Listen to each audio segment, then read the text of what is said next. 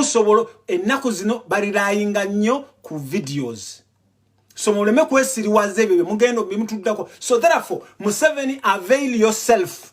Bwoba oli musajja ng'omanyi nti obulima obukyazitowa. Bwe muba mwemanyi nti muli mukyazitowa, avail yourself. Obuuziza Kalule nti kooti yaddi. Kooti nga 13 omwezi ogwokusatu lwe bagenda okutandika pre-hearing. Waliwo yo pre-hearing. Waliwo omulamuzi omu avuddeko. Kati abasigadde abalamuzi 8. Waliwo omu aritayalinze. Ebiramuzi byonna ebiriko byonna bikadde byonna. Nenjagala mbagambe nti for us we are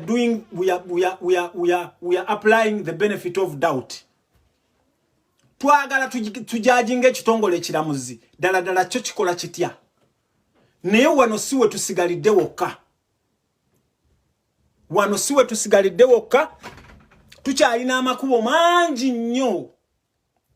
Njagala okubagamba obujulizi bwe tulina obusinga. Waliwo Mwanga Mwami Sseggona bw'akugambye, waliwo obuli mu bbanga. Museveni bwe tugenda okukujjira, njagala okugamba tukusoose domestically, internally. Tukusoose okutestinga your justice system.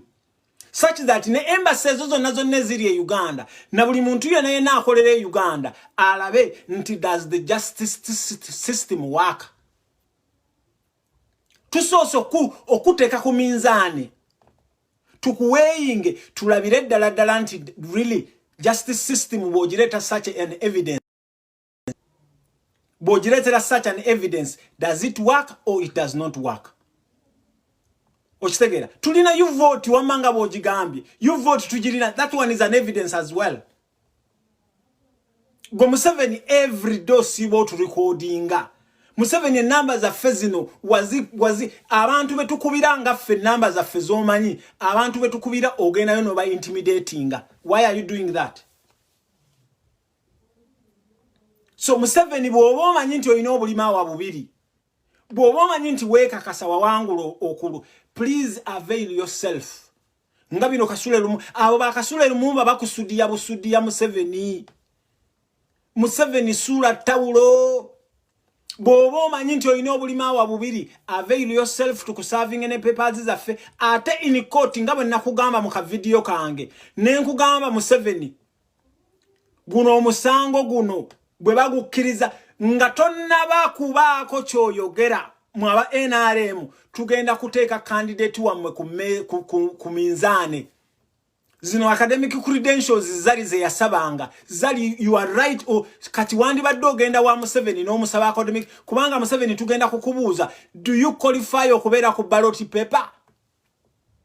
Ekyo Museveni tokyewala kubanga kye kimu ku bintu bye tukola ki. Dala Museveni bw'obadde jango olabika mu ballot paper. Are you the Museveni eyalabika mu ballot paper ya 2016 kubanga go bali Yoweri Kaguta Museveni? Kakati olwaleero gwe Yoweri tibahabulwa Kaguta Museveni oba olina amannya gameka. Then otubuulire Museveni wasomera wa academic credentials zolina wasomera ludda wa primary, secondary, university. Ne Tanzania tujja kutuukayo oli Nyerere yakuforgingira ebipapula ebyo byolina ne bona forging ebyo ku Nasa Road.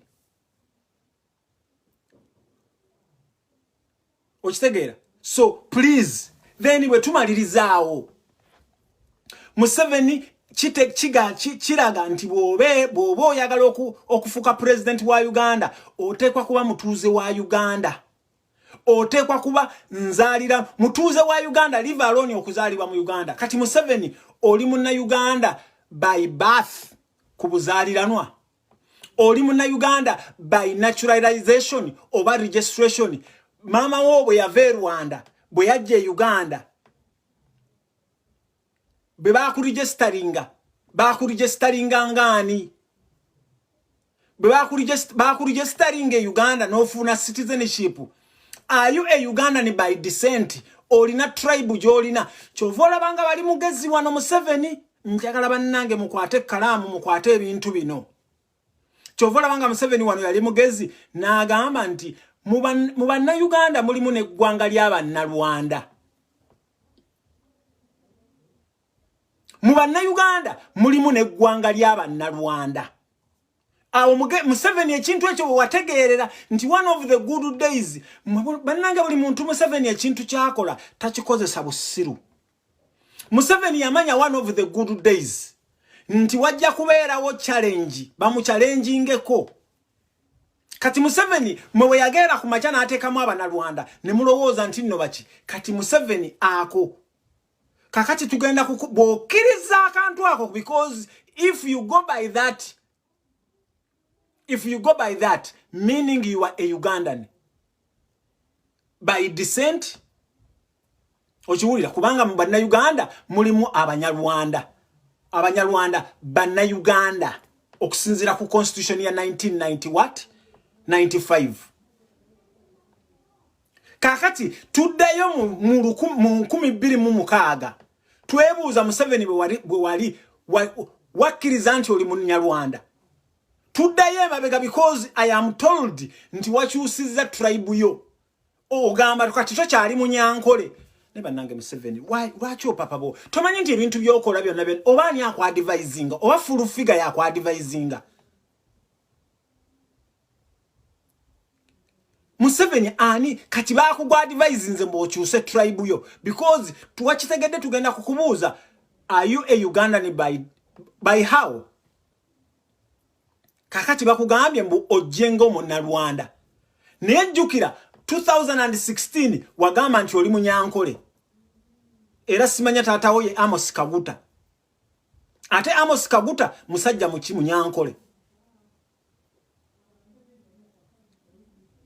okitegeera so Museveni why this petition is very unique bannayuganda bannange bwe muyina okugumira why this petition is very unique because ensi zonna zonna zetutunuulidde naate tetuzirina zirirayingako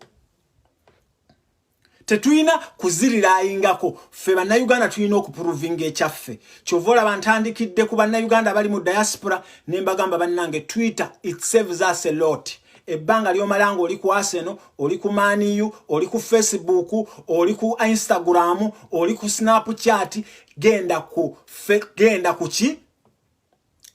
otandika okubanoonya onoonya ambassador onoonye ani onoonye prominent figures bonna munoonyeyo Airbus ediringa ne Uganda mugibuulire byonna ebituufu byonna byerina kubanga ne Airbus eyo anyway eyo Uganda Airlines ngenda gikolera topic eyaayo kubanga tayitibwa Uganda it's a Uganda Airlines Pty it's a limited company mwe na muli mu flying Uganda Airlines ne temugimanyi it's a limited company all its shares are limited to members bwe mulaba akagamba ako LTD all the shares are only limited to the members kati baani ba members ba Uganda abini ba shareholders Museveni mukoddomi we mukyala we n'abalala bagenda maaso